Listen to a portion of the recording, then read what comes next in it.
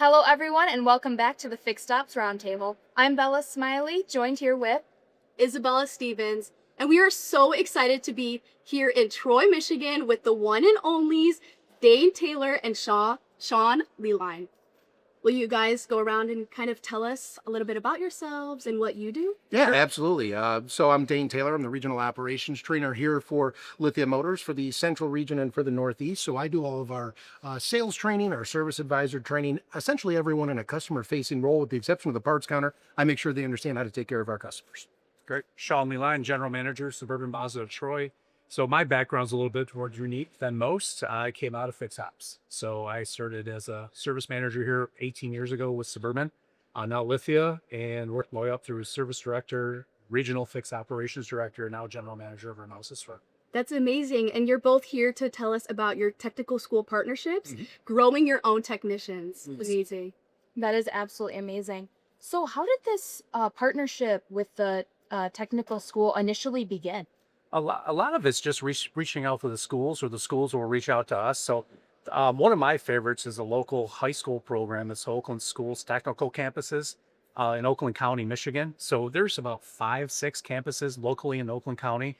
And it's just high school students that go to high school. They're juniors and seniors in high school. And what they do is they go to school for normal traditional high school for half a day. And then they go to a technical school where they're learning automotive, collision, culinary and such, heating and cooling. So we pulled some students out of there.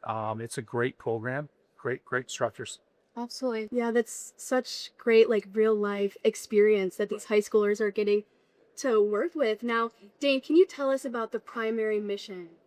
Well, in the industry, as everyone knows, there's a shortage of technicians. Kids don't grow up, wrenching on cars in the garage with dad anymore like they used to, and really you can't with the technology that's in these vehicles today. So for us it's a great way to source the future and who's going to be in our shop and the technicians that we have. And it's a great program because they get a mentor and they get to learn real world experience, and we help them out every way we can with paying for tools, and we do a lot of different things. But for us, I mean, it's a great way to source, have a nice pipeline of people coming through our shops. So Yeah, that's great. And do you know the average amount of people that are going through these technical schools and actually ending up with these dealerships right outside of high school?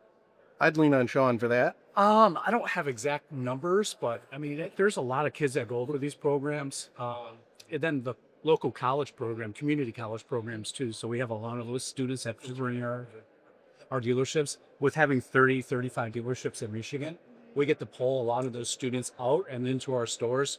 And a lot of those programs, we start them as oil change technicians, either it's still in high school, part-time.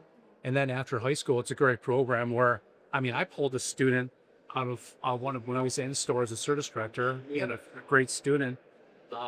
We did tours of the dealership for all the classes, and it was fantastic. So, and we didn't just showcase the fixed operations side of it. We showcased the county, sales, Whole dealership. the whole dealership, because there's a lot of job opportunities at a dealership. People really know what. Yeah, this student, he started as a loop tech, Zach. He's still at our Chrysler store in Farmington. Graduated high school. He came to me. He goes, "Hey, I want to be an apprentice tech." All right, I go, "I need 2 days." And he go 2 days later, he was apprenticing with 2 master technicians. 9 months later, he goes, "I want to go on my own, a little flat rate." That's amazing. And this first week, he turned 60 flat rate hours, and he has. Wow. That's an incredible opportunity, Yeah. especially for straight out of high school. Yeah, I know you both kind of touched on that hands-on learning experience at such a young age, when initially you wouldn't touch a vehicle until you're into that specialty school. So being able to get those hands-on experience with how you talked about the partnership, and then how you, Dane, kind of touched on the processes with everything. Yeah. How is this initiative building the next generation of automotive professionals in the industry? Well, it's like you said, it's the real world experience. It's the hands-on. I mean, you can learn a lot in the classroom. You can learn a lot from watching videos online, but like to be in a shop, to work on a real customer's car, to be able to diagnose and do multi-point inspections and be able to identify what common, issues are on certain makes and models. And it just gives you that real world, experience. And I think that's the most important thing, is that it's actual hands-on apprenticeship learning, and there's incentive for our existing techs to mentor somebody, and help develop the future of the industry in our shops. I just think it's great. Right. What I think a lot of these students don't realize is how much they can grow in the industry and how much they can make. Yeah, Yes. I mean, a technician can make a lot of money, which is fantastic, right? I mean, the stigmatism of the technician is like always getting his hands dirty. I mean, most of my techs now, their hands are cleaner than mine sometimes. So it's just like, no, they're working on, they need to go electrical, drivability. There's so much technology in these vehicles. So, how do you, it's a lot of that you can learn in the classroom, but you have to learn hands-on. Yeah. Because every situation is different. Absolutely. Into I've worked previously with automotive professionals, people in high school that are interested in the automotive industry when they go to full tank at Northwood University. And the biggest thing that we've noticed too is that they just don't really know what's happening. They don't know all the different aspects, all the different sides of automotive. Where do you begin? Yes, Right, and they yeah. have like this I very completely fixed agree. mindset on We what see technicians. that, yes. I think with the students that even come through the auto show, being at Northwood, you see it so clearly, is they're so interested, but it's that initial starting point of, where do I start? How do I get going with this process? And in today's day and age, we can't wait for them to come to us. Yeah. Right? Like, we have to actively Yes. be going and engaging and trying to source, these people that show an interest in it. And, if we can get them, when they're in those developmental years and they don't have a career set up yet that they're coming from, and, we can start them off on the right path with the right people, with the right tools, and that's where the success of it all comes from. Right. That's amazing. Now, Shawn, you touched on Zach's story a little bit earlier, but do you have any other success stories that stand out to you? Yeah, actually, at Third Mazda store, we had Noah. He actually went to another local community college, just graduated. We hired him at Zurich, and he went through. So we have a little process with us. Yeah, just okay. We're gonna start you on a lube rack for a few weeks. You get your with advice for technician, and he's doing really well right now. So it's just he's 22. Yeah. So he's making good. He's got a good start to his career path, and I always ask my service managers too, is like, hey, you need to meet with them monthly, get a game plan. Hey, this is what we're going to work on, so they know, right? Yeah. They want a career. Everyone wants a career path, of course. Absolutely. So in technicians, especially Absolutely. they want a career path. Absolutely.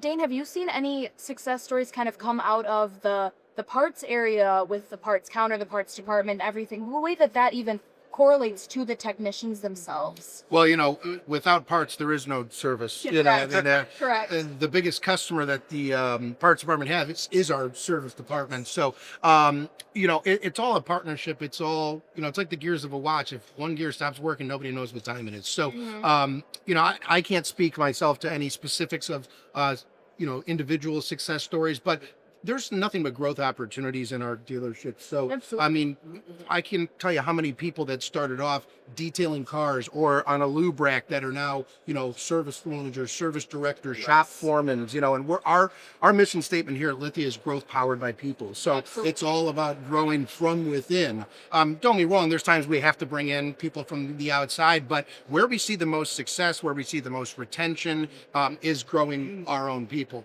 And if you're a technician, there's no salary cap. It's not like, Yeah, you it's can just make, the hours that you churn. Yeah. you can The make sky's as the limit. much Yes. money as you want, Yeah. and that's the thing. It's, you don't need to have a 4-year degree and all this stuff, which is great, but it's not a requirement.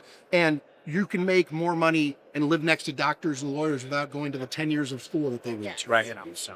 It's amazing. Well, thank you guys so much for coming in and speaking with us.